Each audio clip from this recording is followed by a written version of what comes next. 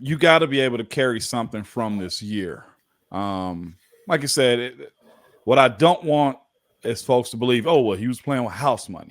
You know what I'm saying? Like, yo, well, you had nothing to lose. You did have a lot to lose, because if you went out and crapped the bed and they bench you, right, then your career is essentially done. If we can be real about that, probably is going to be done, right? Probably so. And that's almost anybody at that point, right? That's in that spot. What do you take from this with how you perform? Yeah, you take the confidence. You take,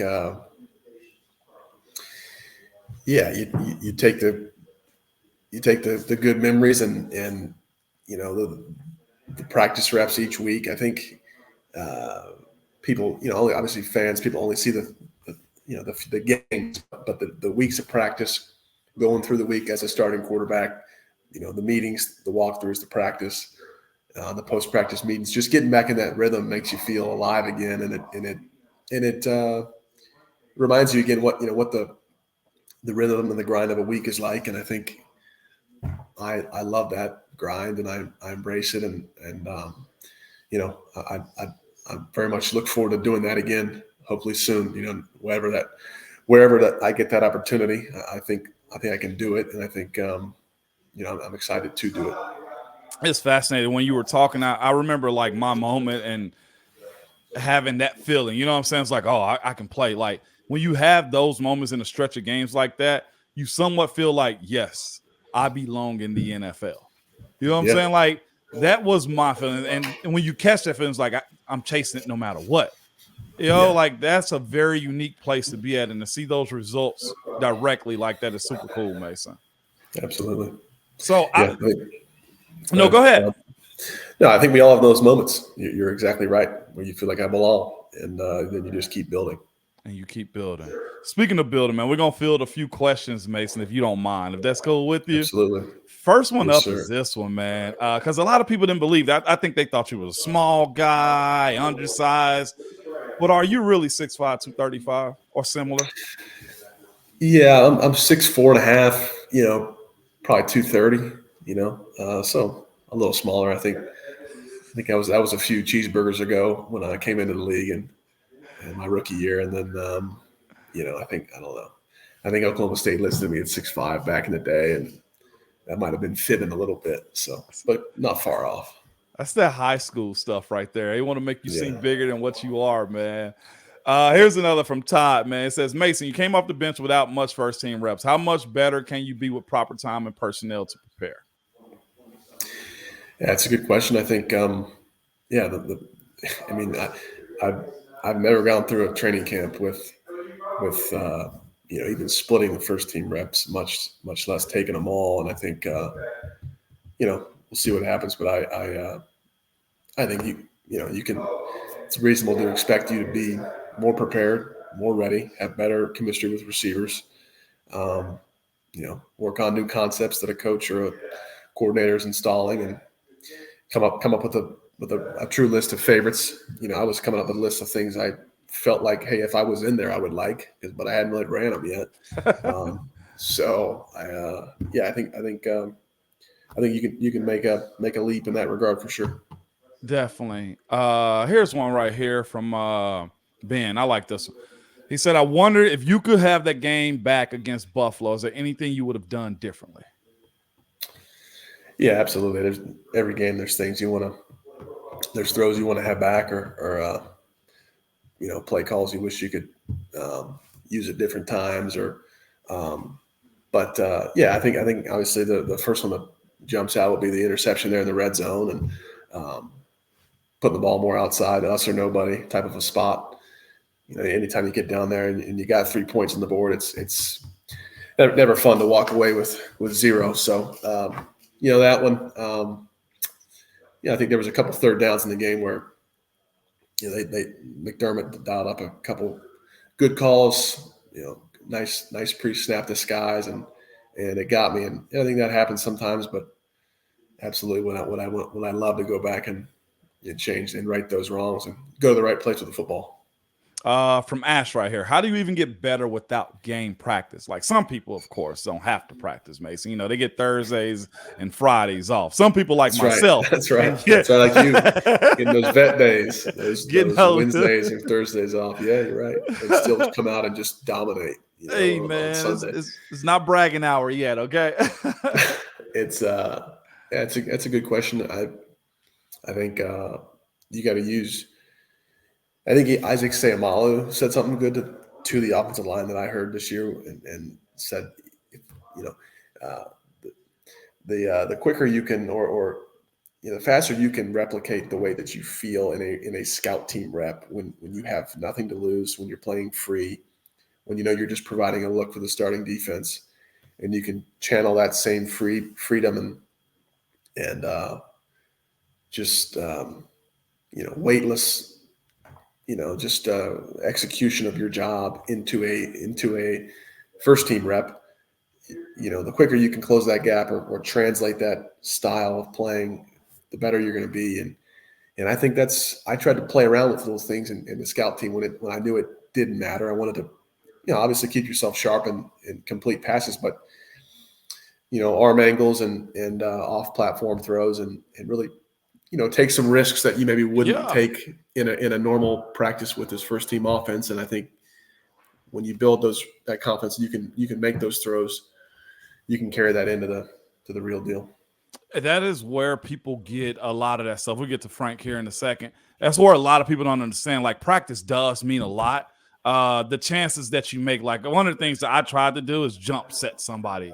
And I found out early, Mason, that's not for me. You know what I'm saying? So Isaac was so spot on with that type of stuff. Yeah. And that's also, of course, being smart enough to realize what you should and should not be doing in those moments. Very fascinating. Yeah. Frank asked this, and you answer how you want to. Hey, Mason, Frank. He said, but I always believed in your playing abilities. And why didn't Mike Tomlin see the talent for himself? How did that somewhat transpire, Mace? As clean as you can.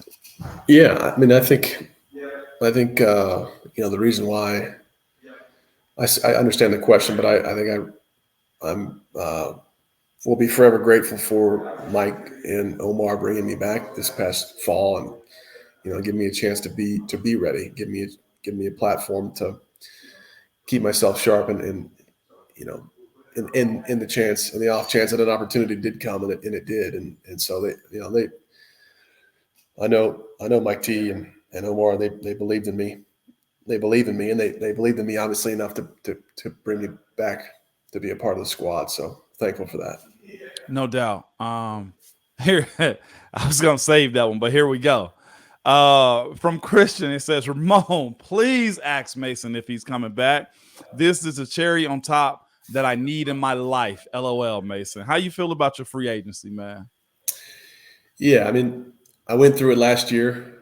Learned a lot, and it was discouraging at times, but it was a good experience and to understand how those months flow.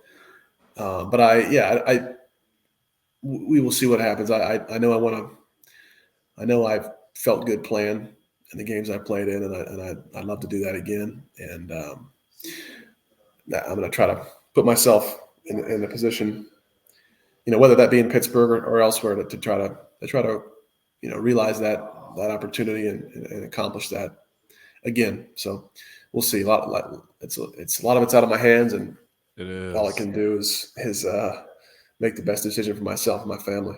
And I don't even think people realize how stressful free agency is, because what you have in your mind, you don't know if that's reality. And of course, it's you've gone through it before already, but it's very nerve-wracking, Mason. Yeah, there's no uncertainty. I mean, there is no certainty of where you'll be, of what city you'll be in. I mean, I think we're all, as players, a little bit used to that lifestyle because you never know. We don't know what's going to happen tomorrow when you're on a team. You could be cut, you could be traded. So you kind of live this life of being light on your feet and getting used to that. But yeah, we'll see what happens. I know I want to keep playing football. I know. Yeah, I'll ask you this: good conversation, exit meetings before you left Pittsburgh. Yeah, it was good. Visited with Mike T and Omar both, and it's so early. I mean, it's like 3 or 4 days after we played our last game, so they don't. There's a lot we neither side of us knows, but I felt like they were, meant it when they said they'd like to have me back, and they both want to feel like they want to do business, future business with me. So that's good to hear. But like you said, there's so many variables, and it's still so early. We're sitting. I mean, it's still January, so who knows what will happen. Zach, there was a question up there we'll get to in a second, but this one right here is awesome. And I'm glad you answered this honestly the first time. But can you go through and answer it again? Hey, as Zach goes, hey, Mason, how does it feel at a Steelers home game when everyone was chanting your name? They never do old linemen like this, man. See, I don't know. I remember a few times it was Moni. Maybe I was dreaming, but they should have. They absolutely should have. If they knew the people up front that really that move the chains, they'd be chanting all of your names. But appreciate that. But that might have gone to your head too much, Moan, and then you might have started acting different. You might have turned into a diva. So maybe maybe it's for the better that it didn't happen. I don't know. It was, man. It definitely would have gone to Al's head. I mean, he'd have retired and started doing speaking engagements, right then and there. Can you imagine how Gil would have been? Oh my Marcus. God, dude! I miss Marcus. I miss Marcus too, man. I didn't give him a shout. He was hilarious. If he stopped changing his number, dude. I know we're not big time enough to stay on his contact list. But anyways, yeah. I mean, it was cool. It was more for my family. It was a great memory. It being Christmas, they were always going to be in town for that game, regardless of whether I was playing. But it was a fun night, and thankful to our fans for showing up, being so passionate always, and making it a big time memory. No doubt about it. I want to get to the one beforehand, so just real quick, Mason, what was your relationship like with Kenny? I think the competition between you two will benefit you both. What do you think, real quick? Yeah, Kenny's a dear friend. I've enjoyed getting to know him, spending 2 years now, and him with the quarterback room with him and Mitch, both great human beings. He's a good player, and he likes country music. So, I mean, what else do you need to know about him? He's a great guy. He likes a lot of different kinds of music. We all keep it light and play a little music. One of the guys gets to choose kind of what the genre of the day will be, who the artist will be featured, and we go to work. So it was a great room. Mike Sullivan did a good job, and Kenny's a good friend. No doubt about it. AJ Dub brings up, he goes, hey, Moan, that's usually the segment we do. It's called the Hey Moan segment. But he goes, hey, Moan, do you, Mason, catch yourself using Tomlinisms in everyday life? Are there any are there any he considers a priority for players to take to heart? Mason, you were preseason MVP for him. Glad you saw you carried that moxie in the regular season. Do you find yourself using Tomlinisms? Tomlinisms? I think so. I think I kick myself sometimes, like me too. In the media, and you're like, oh God, I'm regurgitating this.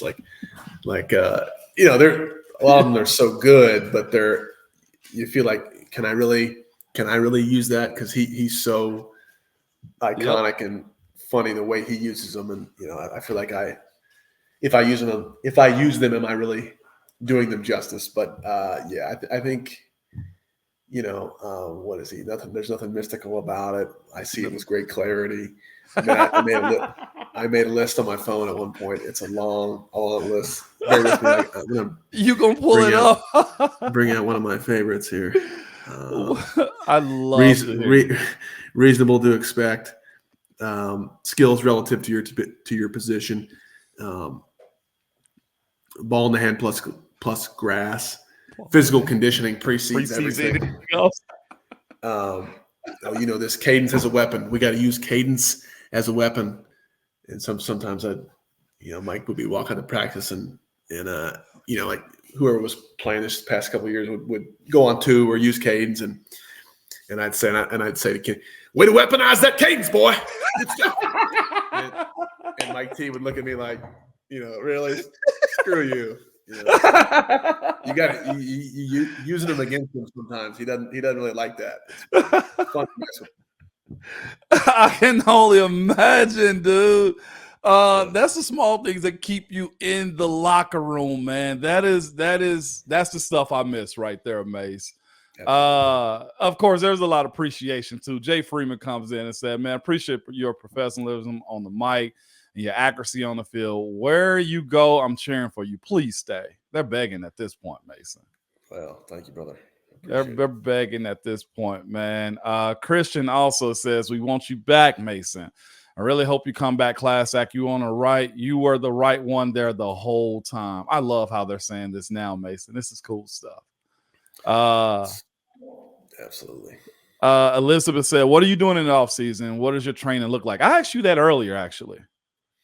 Yeah.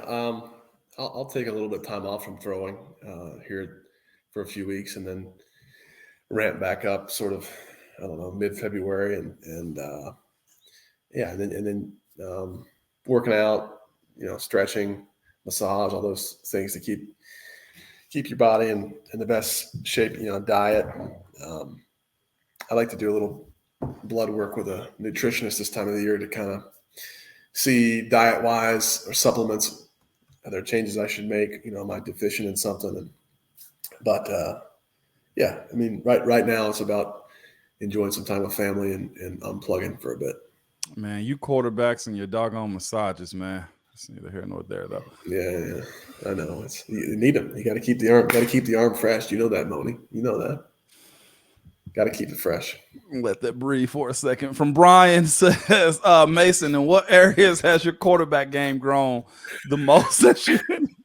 Which honestly, it reminds me, like, we'll be in team meetings mode, and like, Mike T will say something that is pause deserving, and I used to immediately, when there's something that's questionable said, I'm like, looking at you, waiting for you to say,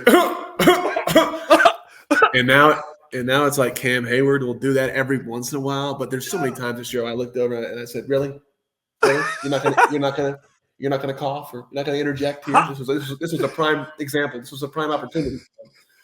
So, because coaches say the wildest stuff, man. Oh my God! So it was Cam took that over for us. Cam took it over, and he did okay job, but I think you need to talk to him and get him to up his game a bit in that regard. Just a little bit. So just case in point, if a coach says something just blatantly off the wall, and I had the okay to do that type of stuff, I never got the okay. It was just a part of our culture. He'd say something like, "And we got to hit it off the backside," and I go, "Ha!" Yes, he did. And Coach Thomas, we're just talking about a run play, Moan, but that stuff kept the room and team light, man. Yes, gotta peep that, man. No, Todd, but he asked Mason, "Do you have any funny Moan stories that he wouldn't share with us himself?" What you got for us, Mason? No, nothing.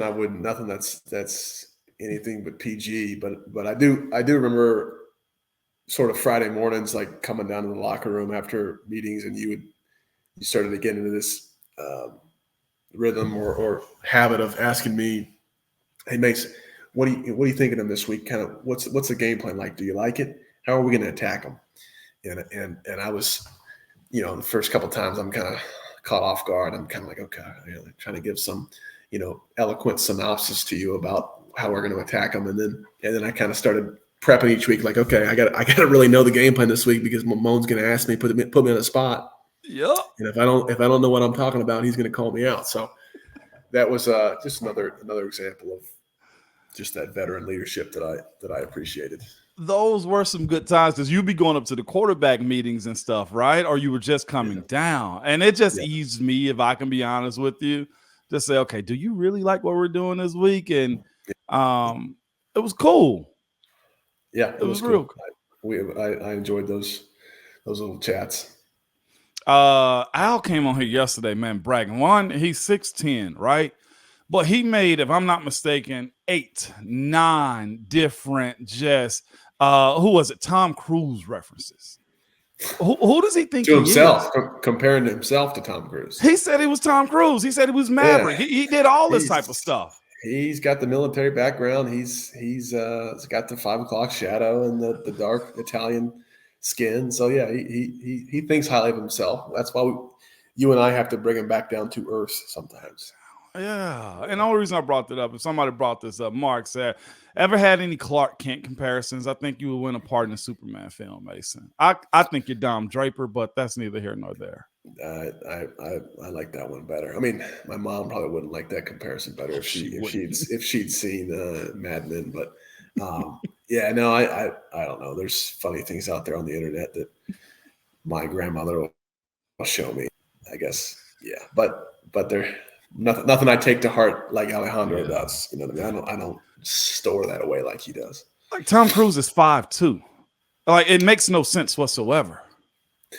Yeah, I think he's just probably talking about comparing his. Yeah, I don't know. He can doesn't make a lot of sense. I'm an NBA player or anything, man. But it's a couple appreciation, Mason. Then I got to let you roll, man. But AJ Dub says, thanks for your time, man. I appreciate you answering his question. P.S. Love the banger of a social media post of you holding the melon. What's the backstory on that? Oh God, that was bye week and this past fall, and I mean we hate to talk about him again. We don't want to name drop him too much because his ego just explodes. But Al Villanueva down there trying to feed the world. He thinks he's going to be curing world hunger with his fruit farm, and so I had to go check it out. And I was being a goofball, of course, hanging out with him and threw on the Dickies overalls for the day. It was a good time, man. I got to highlight Rochelle one more time. She says, on behalf of the Foster fan, welcome, Mason, and thank you for leading us to the playoffs. It's a city that wants you, Mason, man. Again, I enjoyed it. I enjoy you. You're a good friend. Of course, when I came to Pittsburgh this year for the Titans game, we rode and we talked, and we had a lot of deep conversations about a lot of other stuff we probably can't say here. But I was appreciative and happy to see you, man. And we talked about it then, you getting a shot of what's going to happen and stuff. But cool to see you right here, right now. Thank you. Yeah, no, it was good to see you again. I hope to see you this offseason, and always appreciated your friendship. No doubt. I'm trying to get my wife to see if she can sell you a house if you do decide to come to Nashville. It might be Nash Vegas soon. We'll see. Yeah, I will hit up Mrs. Foster in that if that happens. No doubt, man. Of course, you got free agency. I can't make you commit. This ain't college, and I'm not Les Miles or your coach from Oklahoma. What's his name? Oklahoma State. Mike Gundy. Mike Gundy. I'm a man. I'm 40. Him.